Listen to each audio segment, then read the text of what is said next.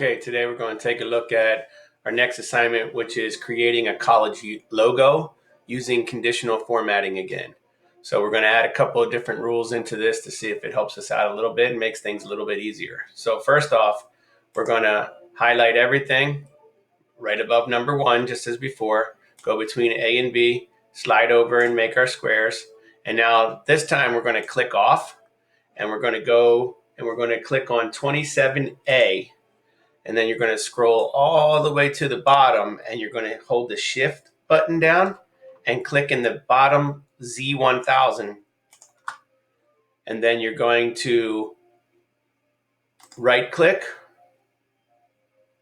and then you're going to delete rows 27 through 1000. And that'll bump us all the way up to rows. So it's 26 wide, A through Z, and 26 deep. All right, so now we have a nice square, 26 by 26. Remember, if we're going to go and create formatting rules, we go highlight everything, format, conditional formatting, and now we're going to add some different rules today. So one of the rules we're going to add today is right here, if it is, change this to empty.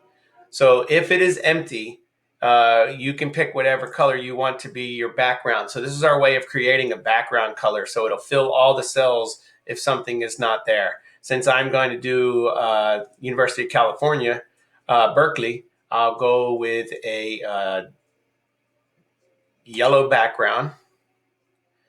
And now look, it's as empty. So now when I want to add a new rule, I now have it A1 through Z26.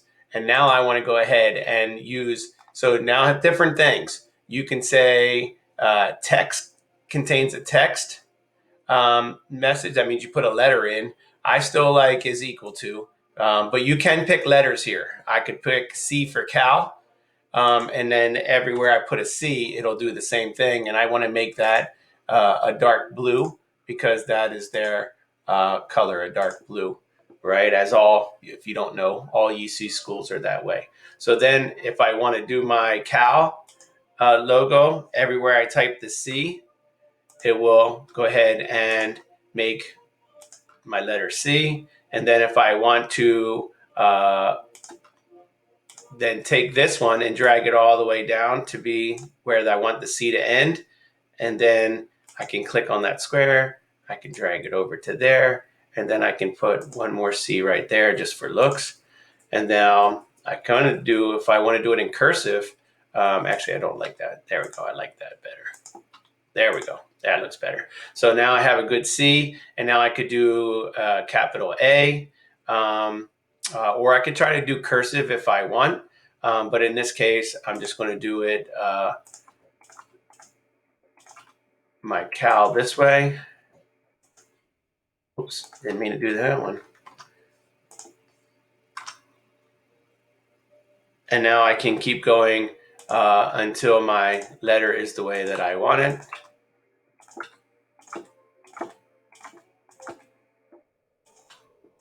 There. Now I have my C, A, and now I can do my L. And because it's the Cal Bears, I can add bears and I can add a logo. So this is what we're going to work on. So changing a couple of the things, but we want to change our rules specifically, making it easy to get to. Now, what I would like to be able to do is then make this into a poster. By now, I can put a bear down here. So that means it's going to take me more time to draw my bear. But you get the idea.